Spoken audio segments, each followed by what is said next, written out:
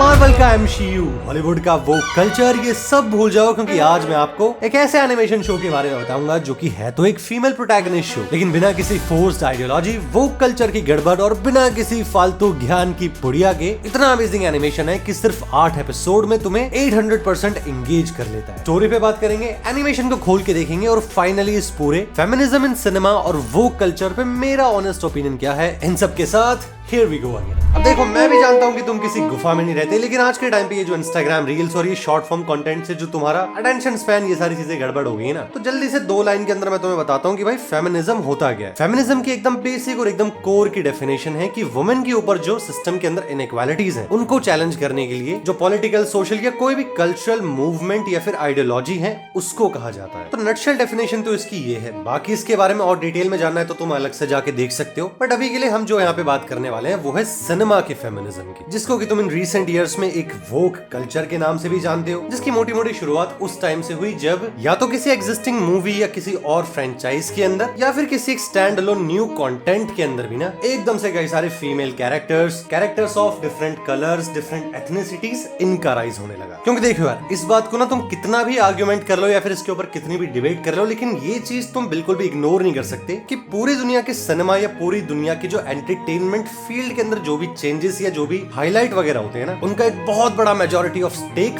Western media से ही आता है। तो शुरुआती दौर में जहां हॉलीवुड के अंदर एंड वहां के दूसरे मीडिया टाइप्स के अंदर भी मेल डोमिनेंस होती थी ना, धीरे धीरे फिर वहां पे थोड़ा सा फीमेल कैरेक्टर्स को भी इंपॉर्टेंस देने लगे वो लोग, जो कि शुरुआती स्टेज में बहुत ही बढ़िया रहा। ऑडियंस का भी इसके ऊपर ना इनपुट बहुत गजब का था। एग्जाम्पल के लिए तुम देख सकते हो कि एवेंजर्स का पार्ट 1 जहां पे ब्लैक विडो का कैरेक्टर उन्होंने कितना स्ट्रॉन्ग बनाया है, और बैटमैन वर्सेस सुपरमैन का वो फेमस सीन तो तुम्हें याद ही होगा जब बैटमैन और सुपरमैन दोनों को डूम्सडे से बचाने के लिए वंडर वुमन की एंट्री होती है। और डैम, मैं तुम्हें बता नहीं सकता कि वो सीन कितना औसम था और मेरे कितने सारे और भी दूसरे दोस्तों को वो आज तक भी गूज़बम्प्स देता है। तो ये वाला पॉइंट ना यहाँ पे एकदम बेकार हो जाता है कि मेल ऑडियंस को फीमेल सेंट्रिक कैरेक्टर्स पसंद नहीं है। भैया राधे लौंडे तो जो ये वीडियो देख रहे हैं ना, उनके बचपन में उन्होंने भी पावरपफ गर्ल्स भर भर के देखा है। तो दिक्कत यहाँ पे ये नहीं है कि सिनेमा के अंदर फीमेल कैरेक्टर्स को इंट्रोड्यूस कर दिया, दिक्कत यहाँ पे स्टार्ट जब हुई जब ऑलरेडी एग्जिस्टिंग और एस्टैब्लिश फ्रेंचाइजेस को फीमेल कैरेक्टर्स ने ओवरटेक कर लिया। एग्जाम्पल के लिए तुमने गियर्स ऑफ वॉर नाम की वीडियो गेम सीरीज का नाम सुना होगा, जिसका भाई जो लिटरल कोर है ना गेम का, वो यही है कि बैडएस लॉन्डो का फौजियों का एक ग्रुप है और वो जा जाके नेक्स्ट लेवल की खून खराबे वाली फाइट करते हैं। इसके बाद एक और वीडियो गेम सीरीज तुमने सुनी होगी, वुल्फेनस्टाइन, एंड अगेन उसके अंदर का भी मेन प्लॉट यही है कि भाई एक विलियम ब्लास्कोविट्ज नाम का एक बंदा है जो कि वर्ल्ड वॉर 2 के अंदर जर्मन रेजिम को हाथों से फाड़ के मार रहा है। बट अगेन इन दोनों गेम्स के अंदर फिर एंट्री किसकी होती है? एक फीमेल कैरेक्टर की, जिसको फोर्सफुली बस उस फ्रेंचाइज के अंदर ड्रॉप कर दिया गया। मतलब यार लिटरली ना कोई बैक स्टोरी, ना ही कोई कैरेक्टर आर्क, बस एकदम से अगले पार्ट के अंदर क्या देखते हैं कि भाई मेन प्रोटैगनिस्ट अब एक फीमेल कैरेक्टर है, जिसमें हो सकता है यार कि नेचर के कुछ थोड़े से फ्रीक्स हैं जिनको की फीमेल जेंडर से तकलीफ हो सकती है, लेकिन मेजॉरिटी ऑफ लोगों को ना जेंडर से गड़बड़ नहीं है। उनको जिससे दिक्कत है वो है force implementation of an ideology, जिसका तुम डायरेक्ट कॉन्सिक्वेंस देख सकते हो कि मार्वल की बहुत सारी बड़ी बड़ी मूवीज एकदम सिरे से फ्लॉप हो गई। कई सारे लोगों ने जहां पे उसको एमसीयू का टैग दे दिया, तो वहीं कई सारे बड़े बड़े पॉपुलर वीडियो गेम्स एकदम से ड्रॉप आउट चले गए, क्योंकि again force implementation of a feminist ideology. But same वही ऑडियंस जब एक ओरिजिनल और एक लॉजिकली बिल्डअप करे हुए फीमेल कैरेक्टर को देखती है ना, तो फिर वो ना सिर्फ उसको एम्ब्रेस करती है बल्कि खुद उसको और आगे बढ़ाती है, जिसके अगेन फिर से वही सबसे बड़े एग्जांपल हैं black window, wonder woman, Gwen tension and video game के अंदर लारा क्रॉफ्ट। मतलब यार सही में अगर तुम 10 लड़कों को खड़ा करोगे ना और वो 10 के 10 अगर एनिमे और वीडियो गेम दोनों के अंदर इंटरेस्टेड है, तो हो सकता है कि शायद 10 में से कोई 1 या 2 बंदे ऐसे हो जिनको की जॉनरा ही दूसरे पसंद है, वरना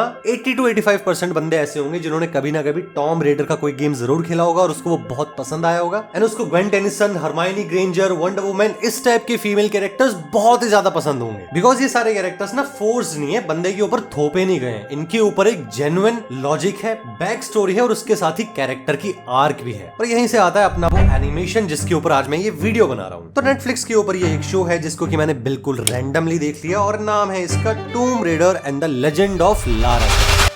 तो स्टोरी के अंदर ना मेन कंपोनेंट 3 है, जिसमें से पहला है मूव ऑन, सेकंड है support and the third one is strength. तो क्या सीन है भाई, स्टोरी की शुरुआत होती है एक यंग लारा क्रॉफ्ट से जो कि एक मिशन पे जा रखी है और वहां पे उसको एक कंपेनियन का साथ भी मिलता है जो कि रूइंस को एक्सप्लोर करने में, रेलिक्स को फाइंड करने में, इन सब में मदद करता है। बट फिर स्टोरी के अंदर कुछ ऐसे इवेंट हो जाते हैं जहां से उसके उस कंपेनियन का ना लाइफ लॉस हो जाता है। अब 3 साल के लिए लारा क्रॉफ्ट चली जाती है एक डीप रिग्रेट के अंदर, क्योंकि वो सोच रही होती है कि उसके उस कंपेनियन की जो डेथ है उसकी रीजन वो खुद है। तो स्टोरी के अंदर थोड़ा सा फास्ट फॉरवर्ड करके उसका वो रिग्रेट और ग्रीफ वाला मोमेंट बड़े अच्छे तरीके से वो दिखाते हैं। बट जो सबसे अमेजिंग चीज यहाँ पे आती है ना, और जो चीज इस कैरेक्टर को एक वोक कल्चर या फिर उस फोर्स फेमिनिज्म वाली आइडियोलॉजी से अलग करती है, वो है यहाँ पे सपोर्ट। ऑल्दो लारा क्रॉफ्ट एक बहुत ही स्ट्रॉन्ग वुमन है जो कि बचपन से रेलिक्स एंड रूइंस की पढ़ाई कर रही है, एडवेंचर, मार्शल आर्ट, इन सारी स्किल्स के अंदर एकदम मास्टर है। बट इतना स्ट्रॉन्ग होने के बाद भी यहाँ पे जो उसका ह्यूमन एलिमेंट है ना, वो उस ग्रीफ वाले मोमेंट में दिखता है कि इतने स्ट्रॉन्ग पर्सन को भी यहाँ पे उस सपोर्ट की जरूरत है जो कि उसको उस ग्रीफ से बाहर निकाले। और यही वाला वो एंगल है जो कि इस कैरेक्टर को ना एक सेंस ऑफ रियलिज्म देता है कि हाँ भाई ये कैरेक्टर लड़की है, इसलिए ये नहीं कि इसकी सारी प्रॉब्लम जादुई तरीके से सॉल्व हो जा रही है, या फिर इसको राइटर्स ने कुछ ऐसा हैक दे दिया है कि स्टोरी के अंदर सारी चीजें इसके हिसाब से हो रही हैं। आपको इस कैरेक्टर का वहां पे स्ट्रगल नजर आता है, और जब फाइनली लारा को उसके दोस्तों का सपोर्ट मिलता है, वहां से वो अपने ग्रीफ मोमेंट से बाहर आती है, तो उसके बाद भी ऐसा नहीं होता कि वो एकदम से बिल्कुल स्ट्रॉन्ग एंड इनविंसिबल हो गई। काफी सारे स्टोरी के अंदर बीच में कंफ्लिक्ट होते हैं, दोस्तों के साथ लड़ाइयां, विलेंस के साथ हाथापाई एंड ऑलमोस्ट नियर डेथ के एक्सपीरियंस के बाद एकदम एंडिंग वाले एपिसोड्स में आकर ना लारा क्रॉफ्ट की जो भी स्किल्स हैं, जो उसकी स्ट्रेंथ है, वो तब जाके ऊपर आती है एंड फाइनली वो स्टोरी के एंटागनिस्ट के ऊपर भारी पड़ती है, और वो भी अकेले नहीं, तब भी उसको सपोर्ट की जरूरत होती है। और यही वो एंगल है जो कि मेरे लिए इस कहानी को एकदम ग्राउंडेड बना के रख रहा था। रही बात इसके एनिमेशन की, तो जितनी स्ट्रॉन्ग इसके स्टोरी के कंपोनेंट्स हैं, उतना ही ब्यूटीफुल इसका एनिमेशन और पूरा एनवायरनमेंट भी लगता है। अब अगर आपको थोड़ा सा आइडिया है कि टॉम रेडर सीरीज क्या है, इसके वीडियो गेम्स अगर आपने पहले खेले तो आप जानते हैं कि सीरीज का जो मेन प्लॉट है ना, वो पुराने खंडहर, रूइंस, रेलिक्स, इनके अराउंड घूमता है, और इन सारी चीजों को शो के अंदर ना बड़े ही अमेजिंग तरीके से और ब्यूटीफुली एकदम दिखाया भी गया है। स्टार्टिंग के कुछ एपिसोड्स के अंदर थोड़ा सा आपको जो कैरेक्टर का एनिमेशन है वो चॉपी नजर आता है, बट जैसे जैसे फिर एपिसोड्स आगे बढ़ते हैं ना, आपको पूरे एनवायरनमेंट के अंदर की डिटेलिंग, उनके अंदर एनिमेशन की फ्लुएंसी, ये सारी चीज इंक्रीज होती दिखती है। और एज अ व्यूअर ना, तुम्हें इसका एनिमेशन कहीं पे भी बोरिंग नहीं लगता कि हाँ भाई मजा नहीं आ रहा देखने में। विजुअल अपीलिंग हर सीन में ये बना रहता है। हर 2-3 एपिसोड के अंदर स्टोरी अलग अलग देशों के रूइंस में चली जाती है, तो वहां से तुम्हें उन कंट्रीज का हेरिटेज भी देखने को मिलता है। बट इसके अलावा जो मेन इसके जो स्ट्रॉन्ग पॉइंट मुझे लगा ना, वो है इसके कैरेक्टर्स और उनकी आर्क, क्योंकि Lara Croft as a character ना सही मायने में फेमिनिस्ट आइडियोलॉजी को एम्बॉडी करती है। कैरेक्टर की एक पूरी हिस्ट्री है, उसका एक पूरा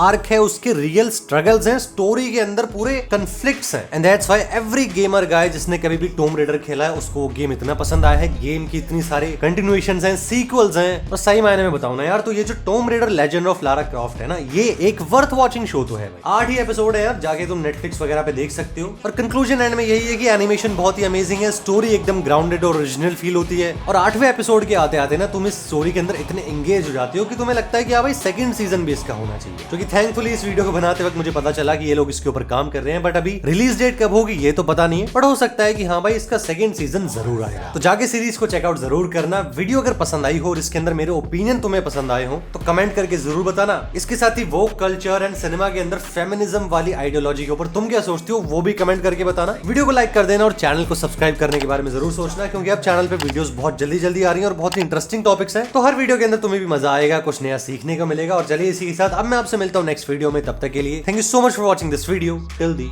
एंड।